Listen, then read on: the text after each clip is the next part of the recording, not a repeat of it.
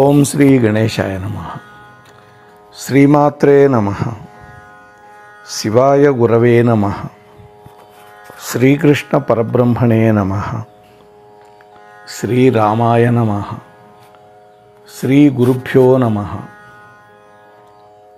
నారాయణం నమస్కృత్య నరం చైవ నరోత్తమం దేవీం సరస్వతీం వ్యాసం తతో జయముదీరయేత్.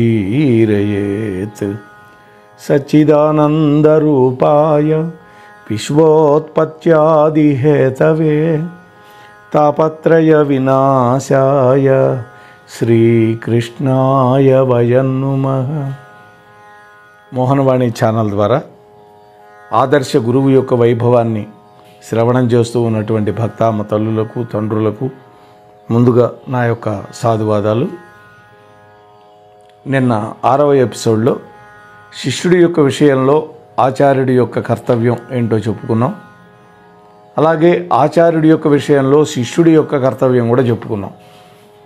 ఈ రోజున 7వ భాగంలోకి మిమ్మల్ని అందరినీ స్వాగతిస్తున్నాను.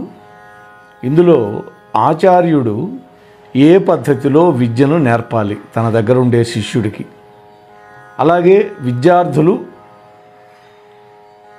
ఆ విద్యను ఎలా గ్రహించాలి, ఈ విషయం చర్చిద్దాం. ఆచార్యుడు ఏకాగ్రచిత్తుడై తన దగ్గర ఉండేటటువంటి శిష్యులకి విద్యను బోధించాలి.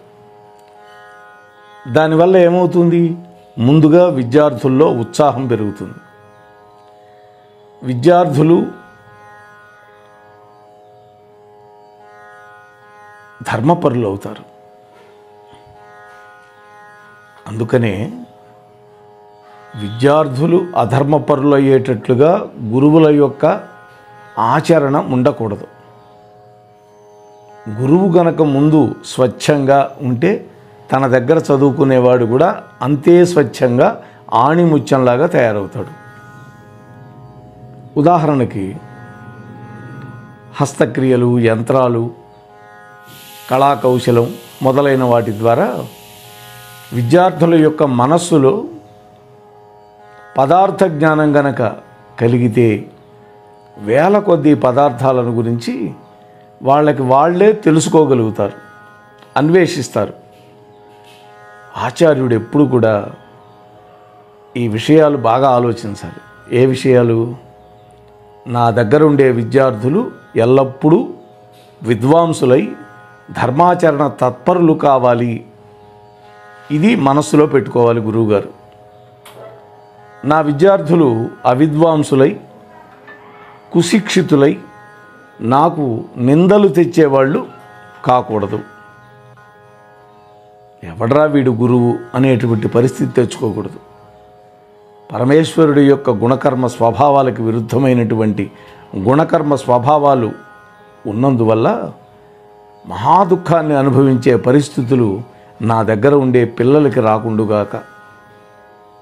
ఇతరుల యొక్క సుఖదుఖాలు తన సుఖదుఖాలుగా భావించేటటువంటి పుణ్యపురుషులే ధన్యులు అని తెలుసుకొని ఎప్పుడు కూడా ధర్మం విడిచిపెట్టకుండా ఉత్తమమైనటువంటి ఆచారాన్ని ముందు ఆచార్యుడు అనుసరిస్తూ ఉండాలి. ఆచార్యులు గనక ప్రసన్నులైతే సత్కర్మలను విద్యార్థులు కూడా ఆచరిస్తూ ఉంటారు. అంటే ఆచార్యులు సంతోషపడేటటువంటి సత్కర్మలని తన దగ్గర ఉండే విద్యార్థులు కూడా ఆచరించి తీరాలి. అలాంటి పవిత్ర కర్మలను చేస్తూ గురువుల యొక్క మనస్సుకు సంతోషం కలిగిస్తూ విద్యార్థులు మంచి విద్వాంసులైనారు అని ఆచార్యుడు తృప్తి పడేటట్టుగా ప్రవర్తించాలి. రాత్రి పగలు విద్యకు సంబంధించినటువంటి విషయాల్లోనే మనస్సుని లగ్నం చేసి పరస్పర ప్రేమతోటి విద్యను విస్తరింపజేస్తూ ఉండాలి గురువు. విషయ సుఖాలకు సంబంధించినటువంటి విషయాలు వచ్చినప్పుడు, అశ్లీల ప్రసంగాలు జరుగుతున్నప్పుడు అక్కడ ఒక్క క్షణమాత్రం కూడా ఆగకూడదు విద్యార్థి. ఎక్కడైతే విద్యా విజ్ఞానానికి సంబంధించిన చర్చలు జరుగుతుంటాయో, ధార్మిక చింతనలు జరుగుతూ ఉంటాయో, నీతి బోధలు జరుగుతూ ఉంటాయో వాటిలో మాత్రమే పాల్గొని ఈ విద్యార్థి జ్ఞాన సముపార్జన చేయాలి. భోజనం, బట్టలు ఈ రెండు కూడా ఎలా ఉండాలి? మనం తినే భోజనం మన ఆరోగ్యాన్ని పెంచేదిగా ఉండాలి. ఆరోగ్యాన్ని చెడగొట్టే తిండి తినకూడదు. అదే జంక్ ఫుడ్స్ అంటున్నారు ఇవాళ. వాటికి దూరంగా ఉండాలి పిల్లవాడు. అలాగే బుద్ధిని నాశనం చేసేటటువంటి మాదక ద్రవ్యాల జోలికి వెళ్ళకూడదు. బుద్ధిని పెంచేవి, రోగనాశకాలైనటువంటి పదార్థాలు మాత్రమే తినాలి. అది కూడా వేళ పట్టున తినాలి. నిత్యం పరమేశ్వరుడి యొక్క ధ్యానం, యోగాభ్యాసం, మేధస్సును పెంచుకోవడం, సత్యధర్మాల్లో భక్తి కలిగి ఉండడం, అధర్మాన్ని సంపూర్ణంగా విడిచిపెట్టడం, ఇటువంటి సత్కర్మలని మాత్రమే అభ్యాసం చేస్తూ ఉండాలి విద్యార్థి. విద్యా సముపార్జనకి బాధ కలిగించే ఏ పని చేయకూడదు. సంపూర్ణమైనటువంటి విద్వాంసుడు కావటానికి చక్కటి కృషి చేయాలి. పైన చెప్పినన్ని గుణకర్మలు ఆచార్యుడికి విద్యార్థులకి సంబంధించినవే. అయితే ఎవరి వంతు కర్తవ్యం వాళ్ళు నియమం తప్పకుండా ఆచరించాలి. కొత్తగా స్నాతకులు అయ్యే వాళ్ళకి ఆచార్యుడి యొక్క ఉపదేశం ఏముంటుంది అని అంటే, తైత్తిరీయ ఉపనిషత్తు చెప్పినటువంటి వాక్యాలు ఇవి. విద్యార్థులకు విద్యార్థినులకి విద్య పూర్తయిన తర్వాత ఆచార్యుడు వాళ్ళందరికీ ఉపదేశం చేయాలి. ఏం చేయాలి? ఇదే ముఖ్యమైన విషయం. విద్యార్థులు బాగా మనస్సు పెట్టాల్సిన విషయం. మీరు ఎల్లప్పుడూ సత్యాన్నే చెప్పాలి, ధర్మాన్ని ఆచరించాలి.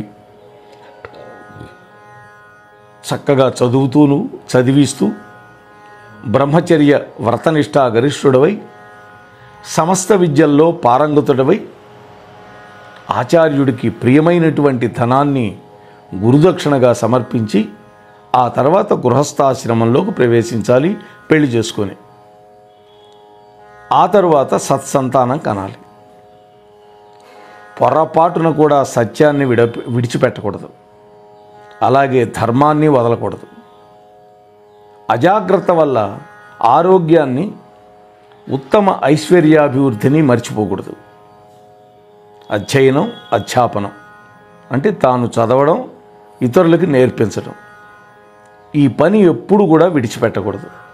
ఇది మొదటి ఉపదేశం. అలాగే దేవతారాధన, తల్లిదండ్రుల యొక్క సేవ, ఈ రెండిట్లో ఎప్పుడూ లోటు చేయకూడదు. అలాగే విద్వాంసులను గౌరవించినట్లుగానే నీ కన్న తల్లిదండ్రులను గౌరవించాలి, పూజించాలి. ఈ విషయంలో ఏమాత్రం అశ్రద్ధ చేయకూడదు. అలాగే గురువులను, ఆచార్యులని, అతిథులని గౌరవించి వాళ్ళకు తగినటువంటి సేవా శుశ్రూష చేస్తూ ఉండాలి. ఓ విద్యార్థులారా, మీ అందరికీ తల్లి ఎవరంటే దేవత. తల్లే దేవత. తండ్రి కూడా దేవుడు, ఆచార్యుడు కూడా దేవుడు, అతిథి కూడా దేవుడు. ఈ విషయాన్ని మర్చిపోకూడదు. అలాగే అనిందితాలు, ధర్మయుక్తాలైనటువంటి సత్యభాషణాది సత్కర్మలను చేస్తూ దానికి విరుద్ధమైనటువంటి మిథ్యా సంభాషణను విడిచిపెట్టాలి. మాలో ఏదైనా పాపాచరణం ఉంటే దాన్ని పూర్తిగా విడిచిపెట్టేటట్టుగా ప్రయత్నం చేయాలి అంటున్నాడు. అంటే మీలో ఏదైనా ఒక పాపాచరణ మొదలైతే దాన్ని వదిలించుకోవాలి. అలాగే ఉత్తములైనటువంటి విద్వాంసులను, ధర్మాత్ములైనటువంటి బ్రాహ్మణులను, అంటే బ్రహ్మజ్ఞానం కలిగిన వాడే బ్రాహ్మణుడు, కులం వల్ల బ్రాహ్మణత్వం కాదు. వాళ్ళ దగ్గరికి వెళ్ళి వాళ్ళ సేవలో ఉంటూ వాళ్ళని నమ్మి శ్రద్ధతోటి, భయభక్తులతోటి ప్రతిజ్ఞాపూర్వకంగా దక్షిణ సమర్పించుకోవాలి. మీకు ఎప్పుడైనా కర్మ విషయంలో కానీ, శీల విషయంలో కానీ, ఉపాసనా విషయంలో కానీ, జ్ఞాన సంబంధమైన విషయాల్లో కానీ అనుమానాలు వస్తే అడిగి తెలుసుకోవాలి. ఎవరిని అడగాలి? ఎవరిని పడితే వాడిని కాదు. మొట్టమొదట విచార విమర్శశీలురైనటువంటి వాళ్ళని, పక్షపాత రహితమైనటువంటి వాళ్ళని, యోగులని, తపస్సంపన్నులని, ఆర్ద్రమైనటువంటి మనస్సు కలిగిన వాళ్ళని, ధర్మాభిలాషత్వం కలిగిన వాళ్ళని, అటువంటి వాళ్ళని సమీపించి వాళ్ళకి ప్రణిపాతం చేసి వాళ్ళ దగ్గర నుంచి నీ సందేహాలు నివృత్తి చేసుకోవాలి. ఇదే గురువుల యొక్క ఆజ్ఞ, ఇదే ఉపదేశం, ఇదే వేదం చెప్పినటువంటి సందేశం, ఇదే దివ్యమైన ఉపనిషత్తుల యొక్క ఆదేశం. ఈ విధంగా ప్రవర్తిస్తూ మీ అందరూ కూడా మీ యొక్క నడవడికలను సరిచేసుకోండి అని గురువు ఉపదేశం చేస్తాడు. గురువు పంపించేటప్పుడు ప్రాచీనమైనటువంటి గురుకులాల్లో, విద్యాలయాల్లో, ఆధునిక విశ్వవిద్యాలయాల్లో సమావర్తన సంస్కారము ఉంటుంది. అదే కాన్వొకేషన్ అంటాం కదా ఇంగ్లీష్లో. ఆ సంబంధంగా దీక్షా సమయంలో అందించేటటువంటి స్నాతకోత్సవ ఉపదేశం మన ప్రాచీనమైనటువంటి ఈ తైత్తిరీయ ఉపనిషత్తు ఆధారంగానే జరుగుతుంది. ఇప్పటికీ విద్యా సమాప్తి జరిగినటువంటి సమయంలో ఆచార్యుడు తన యొక్క శిష్యుడికి ఈ విధంగా ఉపదేశం చేస్తాడు. ఏమని? సత్యంగా వ్యవహరించు, ధర్మబద్ధంగా నడుచుకో అంటాడు.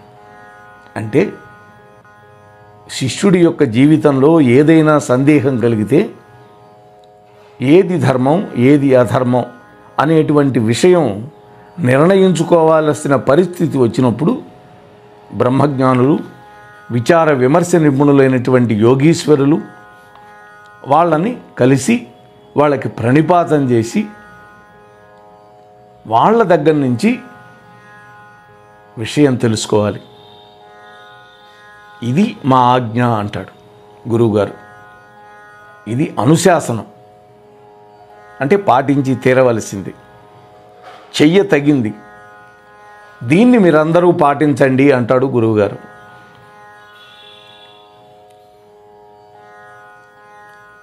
ఆచార్యుడి యొక్క గురుకులం నుండి వేదశాస్త్రాల యొక్క అధ్యయనం చేసి గురువులకు దక్షిణ ఇచ్చి సమావర్తన సంస్కారం నుండి తిరిగొచ్చి కుటుంబంలో స్వాధ్యాయపరతుడవుతూ ఉండాలి.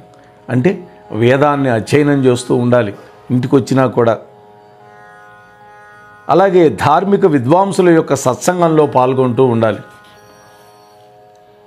ఇంద్రియాలను స్వాధీనంలో ఉంచుకోవాలి.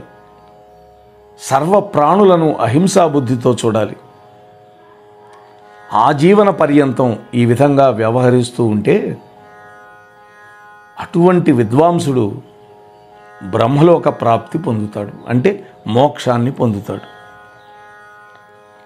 మరి దండనీయులు ఎవరు? ఎవరిని దండించాలి? గర్వాంధుడై కర్తవ్యమేదో అకర్తవ్యమేదో తెలియకుండా తప్పుడు మార్గంలో ఎవడైతే ప్రయాణం చేస్తూ ఉంటాడో అటువంటి వాడు గురువైనా కూడా దండించడం రాజు యొక్క ధర్మం అన్నాడు.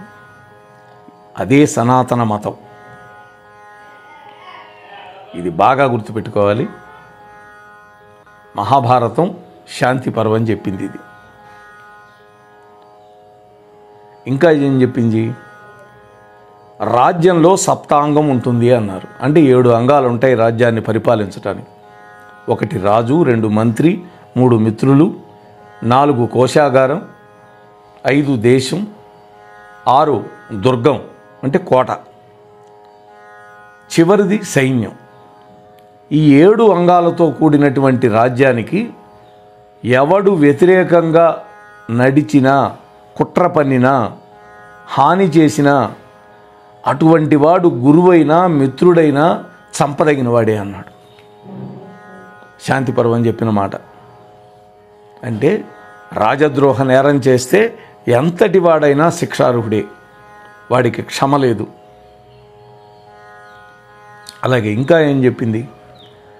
వేదాంగ పారంగతుడు, మహావిద్వాంసుడు, బ్రాహ్మణుడే అయినా కూడా యుద్ధంలో గనక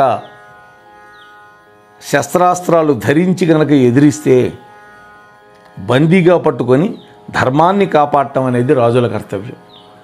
అందుకనే ద్రోణుడు, కృపాచార్యుడు, అశ్వత్థామ ఈ ముగ్గురు మహాభారత యుద్ధంలో తగుదునమ్మా అని ఆయుధాలు ధరించి యుద్ధానికి తెగబడ్డారు. వాస్తవానికి పాండవులకి కౌరవులకే కాకుండా చాలామంది రాజులకు గురువు ద్రోణాచార్యుడు. ద్రోణపుత్రుడు అశ్వత్థామ, ద్రోణుడు బావగారు కృపాచార్యుడు. అప్పటి వరకు ఆయన కులగురువు కౌరవులకి. అటువంటి వాళ్ళను కూడా పాండవులు ఎదిరించి పోరాడారు. అది అధర్మం కాదు అని శాంతి పర్వంలో చెప్పినటువంటి మాట. ఆకతాయి అయినటువంటి బ్రాహ్మణుణ్ణి, ఆకతాయి అంటే చిన్నపిల్లలను చంపేవాడు, ఇళ్లకి నిప్పు ముట్టించేవాడు, ఇలాంటి ఒక 6 లక్షణాలు చెప్పాడు. ఆతతాయి అని కూడా ఉన్నది ఈ పదం. కొంతమంది ఇప్పుడు ఆకతాయిగా మారిపోయింది పదం. ఆతతాయి అయినటువంటి బ్రాహ్మణుని ద్వారా నష్టపోతున్నటువంటి ధర్మాన్ని రక్షించినటువంటి రాజు మాత్రమే ధర్మజ్ఞుడు. చిన్నపిల్లలను చంపితే మహాదోషం. అందుకనే ఆనాడు సగర చక్రవర్తి ఇక్ష్వాకు వంశస్థుడు తన పుత్రుడైనటువంటి అసమంజసుణ్ణి బహిష్కరించాడు. పిల్లల్ని చంపుతున్నాడు, సరయూ నదిలో ముంచేస్తున్నాడు. ఇలాంటి పాపాత్ముడిని చంపినందువల్ల రాజు ధర్మనాశకుడు కాడు. వాస్తవంగా క్రోధమే అతని క్రోధంతో ఢీకొనది. ఈ విషయాన్ని మర్చిపోకూడదు. అశ్వత్థామ కూడా ఆతతాయిగానే చెప్పబడ్డాడు మహాభారతంలో. ఎందుకని? నిద్రపోతున్నటువంటి ఉపపాండవుల్ని ఊచకోత కోశాడు. అందుకని ఆతతాయి అన్నారు. నిద్రపోయేవాళ్ళు, ఆయుధాన్ని ధరింపని వాళ్ళు, యుద్ధరంగంలో లేని వాళ్ళని చంపకూడదని కదా శాస్త్రం. అంతేకాదు నిద్రపోతున్న జంతువులను కూడా చంపేశాడు. అంత భయంకరమైన కార్యం చేశాడు. ఇంకా గౌరవనీయులుగా అటువంటి వాళ్ళకు కానీ గౌరవం, ఆదరము, సత్కారాలు, పూజ్యులు, పవిత్రులు, లోక కళ్యాణ కారకులైన వారికి అనాదరణ జరిగిన, అవమానం జరిగిన, అంటే గౌరవనీయులైనటువంటి వారికి అవమానం జరగకూడదు. ఆదర సత్కారాలు, పూజ ఇవన్నీ ఎక్కడైతే లోపిస్తాయో, లోక కళ్యాణ కారకులైనటువంటి వాళ్ళకి అనాదరణ ఎక్కడ జరుగుతుందో, అవమానం ఎక్కడ జరుగుతుందో అక్కడ ప్రధానంగా 3 అనర్థాలు సంభవిస్తాయి అని మనకి శాస్త్రం చెబుతోంది. ఒకటి దుర్భిక్షం, వర్షాలు పడవు, పంటలు పండవు, ప్రజలు అష్ట కష్టాల పాలవుతారు. రెండోది మరణం, ప్రజలు పశువులు మృత్యువుకి పాలవుతారు. అంటే అకాల మృత్యువులు సంభవిస్తాయి. ఇక మూడోది దరిద్రం. దరిద్ర పీడితులైనటువంటి ప్రజలు ఒకరినొకరును చంపుకుంటారు. ఎక్కడ చూసినా ప్రజల్లో భయభ్రాంతులే ఉంటారు. మాతా పితా చ భ్రాతా చ భార్యా చైవ పురోహితః నాద్యంజో విద్యతే రాజ్ఞో యః స్వధర్మే నతిష్టతి అని శాస్త్రం చెప్పింది. తల్లి, తండ్రి, సోదరుడు, భార్య, పురోహితుడు వీళ్లల్లో ఎవరైనా సరే తన యొక్క ధర్మాన్ని అనుసరించకపోతే వాళ్ళందరూ కూడా రాజు చేత దండింపబడాల్సిందేను. ఎక్కడా దీంట్లో మినహాయింపు లేదు. తల్లి అయినా, తండ్రి అయినా, సోదరుడైనా, భార్య అయినా, పురోహితుడైనా సరే. అంటే ప్రభుత్వానికి అపరాధం చేసిన వాడు ఎవడైనా సరే దండనీయుడే కానీ దండనార్హుడు కాకుండా పోడు అని చెప్పి గురువు యొక్క వైభవాన్ని, అలాగే గురువు యొక్క ప్రభావాన్ని ఏ విధంగా మనం ఉంటుందో ఇప్పటిదాకా చేసుకున్నాం. ఇప్పుడు ఆదిశంకర భగవత్పాదుల విరచితమైనటువంటి గురువష్టకం 8 శ్లోకాలతో ఉండేటటువంటి గురువు యొక్క గొప్పదనాన్ని చెప్పేటటువంటి దాన్ని చూద్దాం. శరీరం సురూపం తథా వా కళత్రం యశశ్చారు చిత్రం ధనం మేరుతుల్యం గురోర్ ముఖీపద్మే మనశ్చేన్న లగ్నం తతక్కిం తతక్కిం తతక్కిం తతక్కిం అని అంటాడు శంకరాచార్యులు. చక్కటి రూపం కలిగిన అందమైన భార్య ఉన్నా కూడా, గొప్ప కీర్తి, మేరు పర్వతం అంత డబ్బు ఉన్నా కూడా, పరమేశ్వరుణ్ణి గురించి తెలిపేటటువంటి గురువు యొక్క పాదాల వద్ద నిలపలేనటువంటి మనస్సు ఉండి ఏమిటి, ఊడిపోతే ఏంటి, లాభం లేదన్నాడు. తతక్కిం, ఏమి లాభం, ఏమి లాభం, ఏమి లాభం అని ఎన్నిసార్లు మాట్లాడాడు ఆదిశంకరాచార్యులు వారు. రెండో శ్లోకం ఏం చెప్పాడు? కళత్రం ధనం పుత్ర పౌత్రాది సర్వం గృహం బాంధవాః సర్వే మేతద్ధిజాతం గురోర్ పాదపద్మే మనశ్చేన్న లగ్నం తతక్కిం తతక్కిం తతక్కిం తతక్కిం అంటాడు రెండో శ్లోకంలో. భార్య, సంపద, పుత్రులు, మనుమలు, మంచి ఇల్లు, బంధువులు మొదలైనవి ఉండి గొప్ప కుటుంబంలో పుట్టినప్పటికీ కూడా పరమేశ్వరుణ్ణి తెలిపే గురువు పాదాల వద్ద నిలపలేనటువంటి మనస్సు గనక నీకుంటే ఏం లాభం అని రెండో శ్లోకంలో చెప్పాడు. 4 వేదాల్లో 6 వేదాంగాల్లో పారంగతుడైనా కూడా, గద్య పద్య రచనల్లో ప్రజ్ఞావంతుడైనా కూడా, పరమేశ్వరుడు తెలిపే గురువు పాదాల వద్ద మనస్సు నిలపలేకపోతే లాభం ఏంటి? నీ జ్ఞానానికి విలువ లేదు అంటున్నాడు. విదేశేషు మాన్యః స్వదేశేషు ధన్యః సదాచార వృత్తేషు మత్తో నచాన్యః గురోర్ పాదపద్మే మనశ్చేన్న లగ్నం తతక్కిం తతక్కిం తతక్కిం అంటాడు.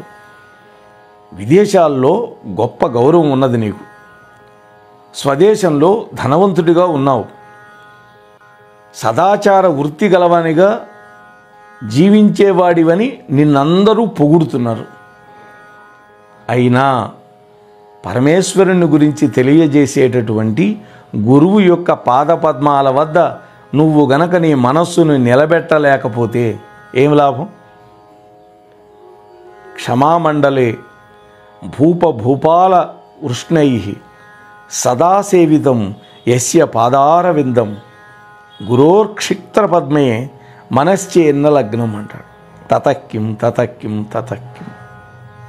ఒక దేశానికి రాజువైనా కావచ్చు, నువ్వు ఎందరో రాజులు రారాజులు సేవించినా కూడా నిన్ను పరమేశ్వరుని గురించి తెలియజేసేటటువంటి గురువు పాదాల వద్ద నిలపలేనటువంటి మనస్సు ఉండి ఏమి లాభం అని 5వ శ్లోకంలో చెప్పారు. యశోమే గతం దిక్షు దానవ్రతాపాత్ జగద్వస్తు సర్వం కరేయత్ ప్రసాదాత్ గురోర్ అంఘ్రిపద్మే మనశ్చేన్న లగ్నం తతక్కిం తతక్కిం తతక్కిం. దానగుణం వల్ల కీర్తి అన్ని దిశల్లో వ్యాపించింది నీకు. ప్రపంచం మొత్తం తన పక్షాన ఉన్నది, నీ పక్షానే ఉన్నది. అయినప్పటికీ కూడా పరమేశ్వరుని తెలియజేసేటటువంటి, పరమేశ్వరుడు గురించి చెప్పేటటువంటి గురువు యొక్క పాదాల వద్ద నిలపలేని మనస్సు నీకుండటం వల్ల ప్రయోజనం ఏంటి? నభోగో నయోగో నవా వాజిరౌజవు నకాంత సుఖేనైవ విత్తేషు చిత్తం గురోర్ అంఘ్రిపద్మే మనశ్చేన్న లగ్నం తతక్కిం తతక్కిం తతక్కిం అని 7వ శ్లోకం. భోగం ఉంది, యోగం ఉంది, అగ్నిహోత్రం చేస్తున్నావు, స్త్రీ సుఖం ఉన్నది, ధనం పట్ల శ్రద్ధ ఉన్నది. ఇన్ని ఉన్న నీకు పరమేశ్వరుని గురించి తెలియజేసే గురువు పాదాల వద్ద నిలపలేనటువంటి మనస్సు ఉంటే ఏం లాభం అంటున్నాడు. అరణ్యే నవా స్వస్య గేహేన కార్యో న దేహే మనోవర్తతే మే త్వనర్ఘ్యే గురోర్ అంఘ్రిపద్మే మనశ్చేన్న లగ్నం తతక్కిం తతక్కిం తతక్కిం అని చివరి శ్లోకంలో. అడవిలో ఇంటిలో ఉండాలనేటువంటి కోరిక లేనివాడైనా అడవిలో ఉండటానికైనా ఇంట్లో ఉండటానికైనా కోరిక లేదు. ఏదైనా సాధించాలని కానీ తన శరీరం మీద శ్రద్ధ లేనివాడికైనా కానీ, అంటే ఎక్కడో తపస్సు చేయాలని, ఇంట్లో ఉన్నా వాడికి బాధే, అడవిలో ఉన్నా బాధే. ఏదైనా సాధించాలని కానీ వాడికి ఉంటుంది. కానీ తన ఒంటి మీద శ్రద్ధ కూడా లేకపోయినా కూడా పరమేశ్వరుని గురించి తెలియజేసేటటువంటి గురువు యొక్క పాదార విందాల వద్ద నిలకడలేనటువంటి మనసు ఉండి ప్రయోజనం ఏమిటి అని ఇక్కడ మాట్లాడుతూ ఉన్నాడు. అంటే అన్నిటికంటే ముఖ్యం గురువు యొక్క పాదపద్మాల చెంత మన మనస్సుని నిలపడం. కబీర్ దాస్ దగ్గరికి ఒకళ్ళు వచ్చారు. ఏమండి, గురువుగారు వచ్చారు, దేవుడు కూడా ప్రత్యక్షమైనాడు, పరమాత్మ కూడా, ముందు ఎవరికి నమస్కారం చేయాలి అన్నారు. కబీర్ దాస్ ఏం తడువుకోలే, ముందుకు గురువుకే నమస్కారం అన్నాడు. అదేంతండి, భగవంతుడు గొప్ప కదా అన్నాడు. అసలు ఆ భగవంతుడు అనేవాడు ఒకడు ఉన్నాడని తెలియజెప్పిన వాడు ఎవరు? గురువు కదా. అందుకని గురువే గొప్ప అన్నాడు. అటువంటి గురువు గురించి ఎంతో ఎంతో ఎంతో ఉన్నది. అటువంటి గురువులని మనం ఆశ్రయించి వాళ్ళు చెప్పినటువంటి జ్ఞానాన్ని మన జీవితంలో అనుష్ఠాన పర్యంతంలోకి చొచ్చుకొని మన జీవితాలను సుసంపన్నం చేసుకొని అందరికీ అంతిమ లక్ష్యం ఏదైతే ఉందో మోక్షం, ఆ మోక్ష సాధన వైపు ప్రయాణం చేయాలి అని, అలా ప్రయాణం చేయడానికి కావలసినటువంటి శక్తియుక్తులు పరమాత్మ గురుదేవుడు ద్వారా మనకు అనుగ్రహించాలి అని మరొక్కసారి వినమ్రపూర్వకంగా ప్రార్థన చేస్తూ ముగిస్తున్నాను. అయితే చాలామంది వీడియోలు చూస్తున్నారు, కానీ లైక్ చేయడం మర్చిపోతున్నారు. మీరు ఇచ్చే లైక్ మాకు ఎంతో బలం. ఆ లైక్ చేయండి, మీ బంధుమిత్రులకు షేర్ చేయండి, 10 మందికి పంచండి. జ్ఞానాన్ని పంచితే పెరుగుతుంది. అలాగే ఛానల్కి సబ్స్క్రైబ్ చేయటం మర్చిపోవద్దు. అక్కడే ఒక బెల్ గుర్తుంటుంది, ఆల్ అనేటువంటి సెలెక్ట్ చేసుకోండి. ఇందులో అప్లోడ్ అయ్యేటటువంటి వీడియోలన్నీ మీకు సందేశాలుగా వస్తాయి, నోటిఫికేషన్స్. ఆదరించండి అని మరొక్కసారి వినమ్రంగా ప్రార్థన చేస్తూ ముగిస్తున్నాను. స్వస్తి.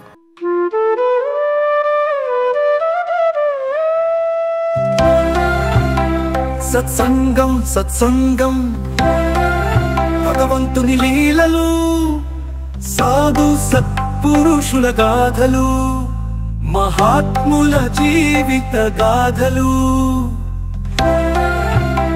భగవంతుని తత్వం తెలుసుకునే ప్రయత్నమే సత్సంగం. ఈ సత్సంగం వినండి, వినిపించండి, వింటూనే ఉండండి. సత్సంగం, ఈ సత్సంగం.